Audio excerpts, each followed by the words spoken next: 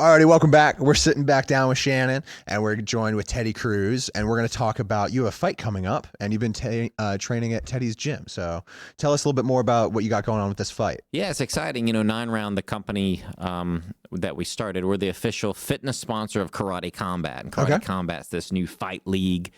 And I said, when I saw it, I said, you know what? I think I can do that. And I'll be 44 years old in a couple months. And of course, I'm going to find the best boxing trainer in the world, Teddy Cruz, right here. And I'm very blessed he's close by. And so I've been at his gym, every single week. I'm there, and he's helping me. And we're getting in tip-top shape to win. So we're going to win, right, Teddy? When was the last time you fought? 12 years ago. Okay. Do you still spar and that kind of stuff? Or now I do. But yeah, relatively untrained before this. Yeah. I always stay in decent conditioning. Right. I'm walking around in pretty good shape, better than the average person, but not fight shape. Fighting at this level is extremely, very, very high level, and it takes a lot, from the nutrition piece, the strength piece, to the boxing piece, to the kicking piece, to there's a ground factor here I got to work out, in the fight world too, that I have to deal with this Karate Combat thing. So there's a lot of elements and a lot of pieces of the puzzle I got to put together. So it takes a team, and he's a big part of it. Sweet. So tell us a little bit more about your approach training Shannon, and tell us a little bit about what you got going on at Evolve as well. Well, first of all, Shannon's a true professional in every aspect. He comes in to do his work just like high-level professional.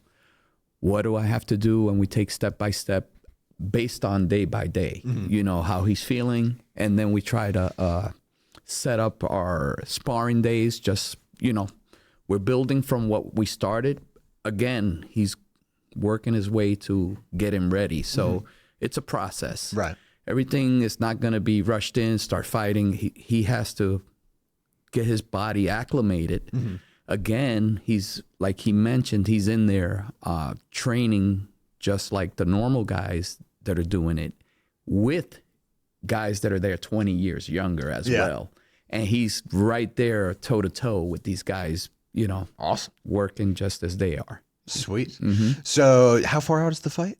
It's going to be October and November, probably 8-10 weeks away. Okay. But that gives me good time to, I'm off to a good start. I feel like, we're taking it nice and slow, and my weight's coming down, and but this guy's pedigree, his background is probably something. That's it's incredible. So having this guy, and he's been in the corners of many world champions, in the boxing world, and so it's you Mike can speak on that. Yeah, let's hear a little bit about this, because I've heard some stories from Evan, and I'm very interested to hear them from you. Well, thank you guys. I really feel like I'm the guy that's behind the scenes. I just, I pick up where the other guys kind of leave off. I'm the guy scooping up the slack on other guys that are in front of me. Like when the coaches need specifics where they need certain help, I come in and push the guys on that level. I've been about 35, 36 years in boxing. Oh, wow. Yeah, I first started when I was 8 years old, from running, from home, from the bullies. And it was more for self-defense. And I competed in Puerto Rico. I competed in New Jersey.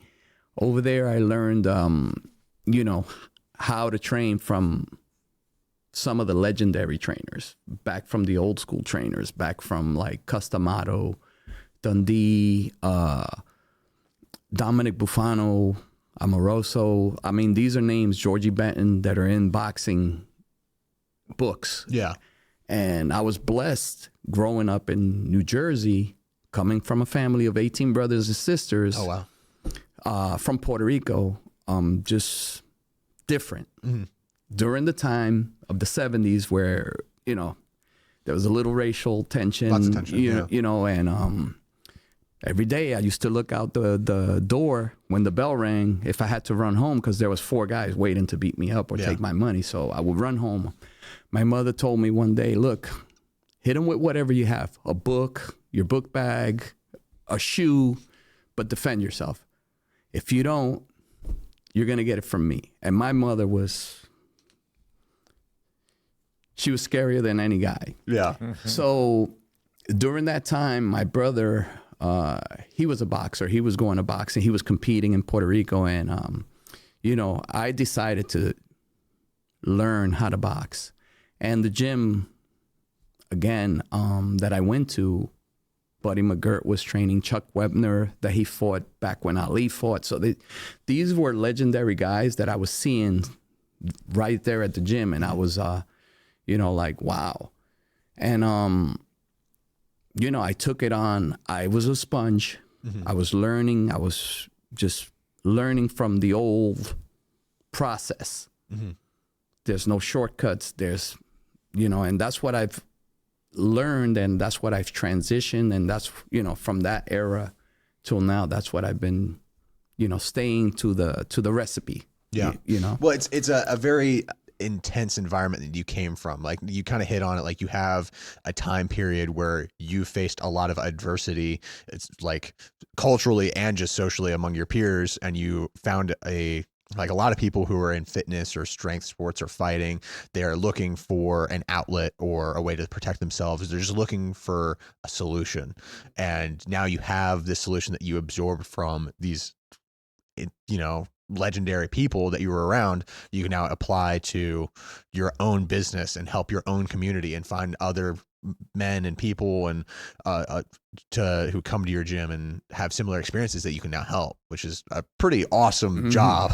But I like to point out that I come from a big family also, that I love having people. I love being somebody's friend. I like to be, you know, so there's not a bully hair in me, you know what I mean? But I also feel like what I've learned to be a protector to helping kids, or, you know, learn the right way, because I went through that and it was scary. And it was like, nobody wants to feel that way, because you might think you're tough in your home, but once you walk outside that door and you're confronted with tough guys, what do you really do? Yeah. How do you really confront that? How do you, like, either I walk through, and then growing up in the New York area, tri-state area, it was every day. Yeah. Going to school, going on the train, going on the bus. You don't know what's going to happen. Who's going to pull a knife? Who's going to attack?